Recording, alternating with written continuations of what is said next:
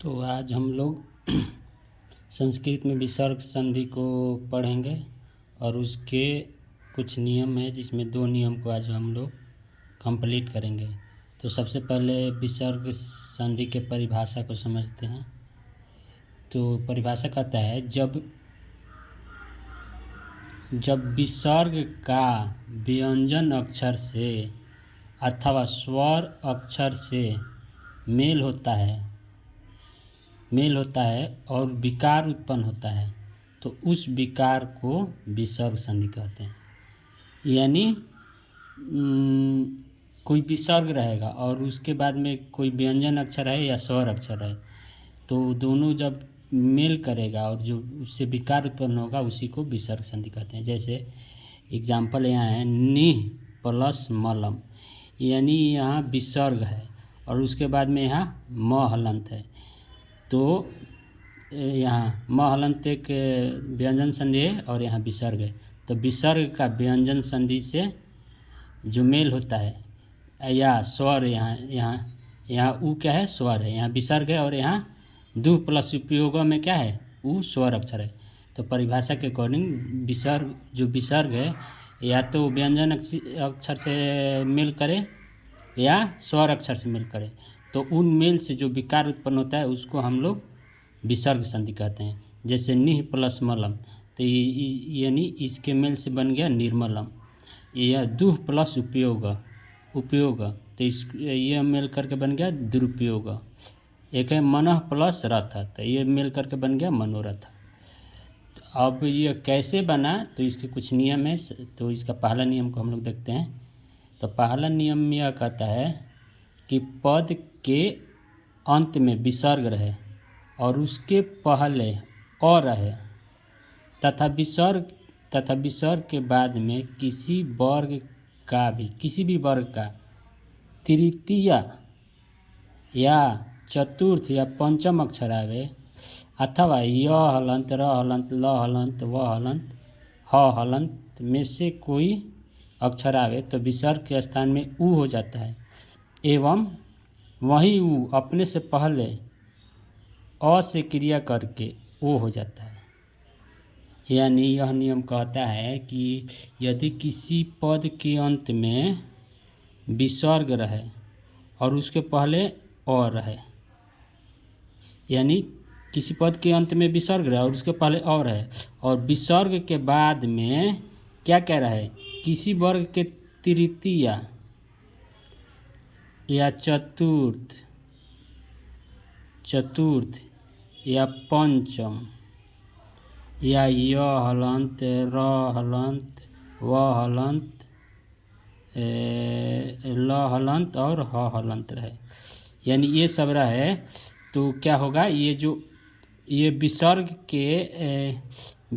के स्थान पे उ हो जाएगा, यहाँ उ हो जाएगा और ये उ जो है इस अ से मिल के ओ हो जाएगा।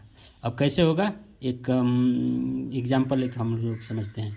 तो पहला एग्जाम्पल क्या है, मनः प्लस ज। तो पहला एग्जाम्पल को हम लोग यहाँ लेते हैं, मनः प्लस ज। तो ये बन गया, ये बन गया मनोज। अब कैसे बना, जैसे पहला नियम कह रहा है कि पद के अंत में, पहले हम लोग अक्षर में तोड़ते हैं। तो म हलंत अ, यहाँ विसर्ग है, उसके बाद क्या है, उसके बाद ज हलंत और अ है। तो ये एक नियम कह रहा है कि पद के अंत में विसर्ग होते हैं, विसर्ग आ रहा है और उसके पहले अ है, अ आ रहा हो तो अ भी आ रहा है, एवं विसर्ग के बाद में किसी वर्ग का तृतीय, तो ये ज हलंत क्या है, चवर्ग का तृतीय है, चवर्ग का तृतीय है। जैसे च हलंत, छ हलंत, ज हलंत और झ हलंत, य हलंत, तो ये ज क्या है, ये ज किसी वर्ग का तृतीय है। तो क्या नियम कर रहा है कि जो ये विसर्ग है यह उ में बदल जाएगा और उ जो अ से क्रिया करके वो हो जाएगा। तो हम म हलंत, यहाँ अ यहाँ विसर्ग के स्थान पे ऊ हो जाएगा। बाकी जैसे है वैसे लिख देंगे, ज हलंत और अ। तो ये कह रहा है कि जो अ से क्रिया करके जो ऊ है ओ बन जाएगा, तो हम ओ लिख देंगे। तो म हलंत यहाँ ओ प्लस ज हलंत प्लस अ, इस सबको हम जोड़ेंगे तो हो जाएगा मनोज। एक और एग्जाम्पल लेके देखते हैं, जैसे क्या है सरह प्लस वरह, सरह प्लस वरह, तो सरह प्लस वरह, इसको जब संधि करेंगे तो हो जाएगा सरोवर।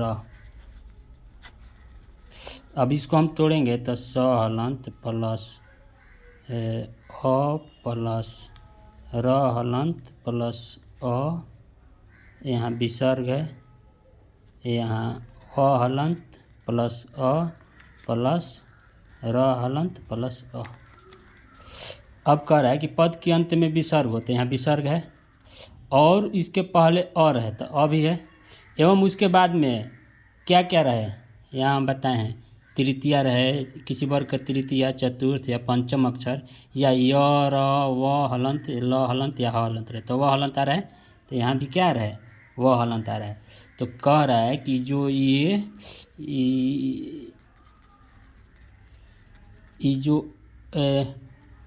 ये जो विसर्ग है ऊ में बदल जाएगा, तो ऊ में बदल दिए, विसर्ग की जगह ऊ लिख दिए, बाकी जैसे वैसे लिख दिए। और अगला में कह रहा है कि इसी में कह रहा है कि जो ऊ है ना अ से मिल के क्या बन जाएगा ओ बन जाएगा, तो ये दोनों की जगह हम ओ लिख देंगे। तो स हलंत अ र हलंत ओ प्लस व हलंत प्लस अ प्लस र हलंत प्लस अ, इस सबको हम लोग जोड़ेंगे तो बन जाएगा सरोवर। तो इस पहला नियम समझ गए सब। यहाँ मन प्लस रथ है, यहाँ पूरह प्लस हित, यहाँ विसर्ग संधि है और यहाँ ह हलंत है, तो ये विसर्ग के स्थान पे ऊ हो जाएगा, र में यहाँ अ है, जैसे र हलंत अ आएगा तो ऊ और अ मिल के ओ हो जाएगा, तो हो जाएगा पुरोहित। यहाँ भी सरोवर हो जाएगा।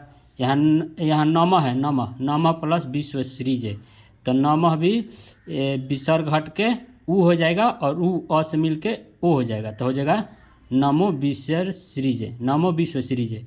यहाँ भी ऊ रह प्लस ज, तो यहाँ भी क्या हो जाएगा ऊ रह ज, मन प्लस रथ मनोरथ, यश प्लस धारा यशोधारा, मन प्लस रमन मनोरमम, तेज प्लस मयम तो तेजोमयम, यहाँ ये है तेजोमयम। यहाँ है पथ प्लस द,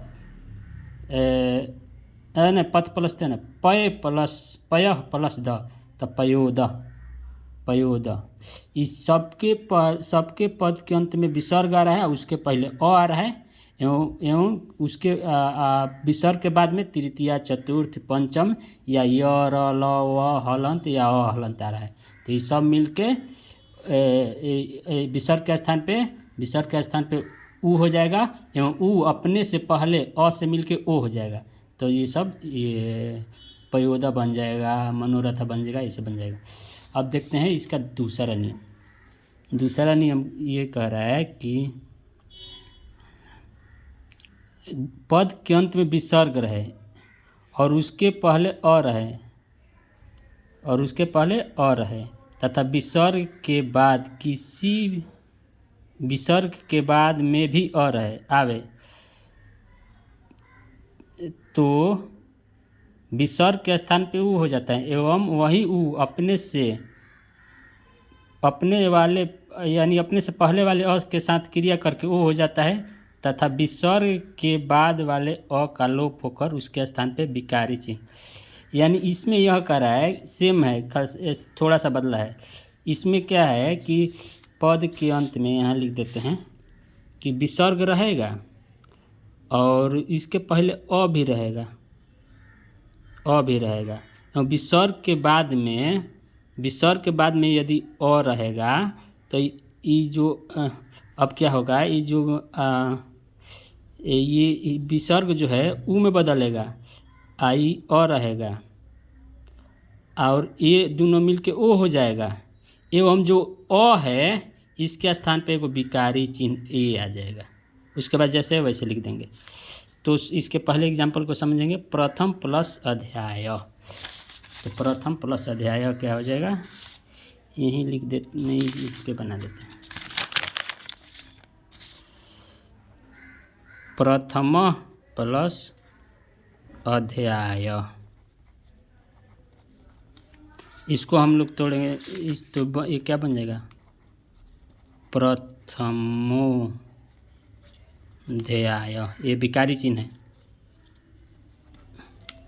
ये हो जाएगा। अब हम इसको तोड़ेंगे तो क्या हो जाएगा, प हलंत र हलंत अ थ हलंत प्लस अ प्लस म हलंत प्लस अ विसर्ग, उसके बाद अ, उसके बाद ध हलंत, उसके बाद य हलंत प्लस आ प्लस य हलंत प्लस अ।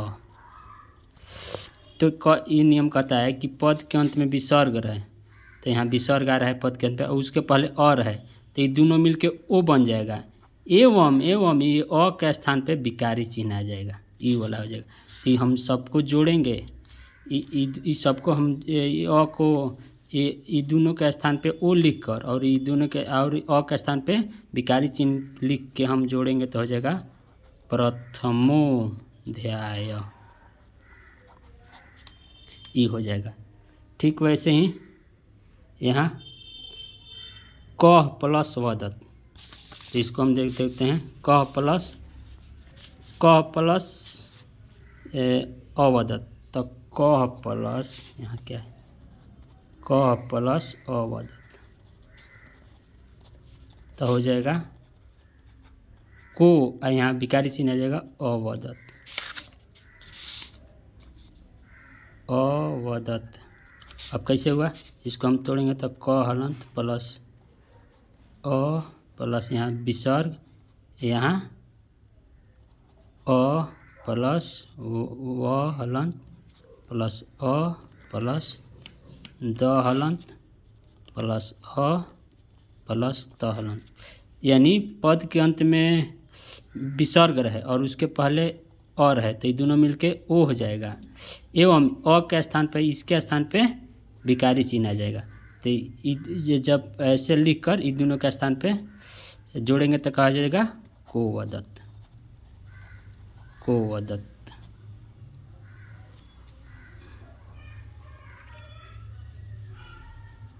को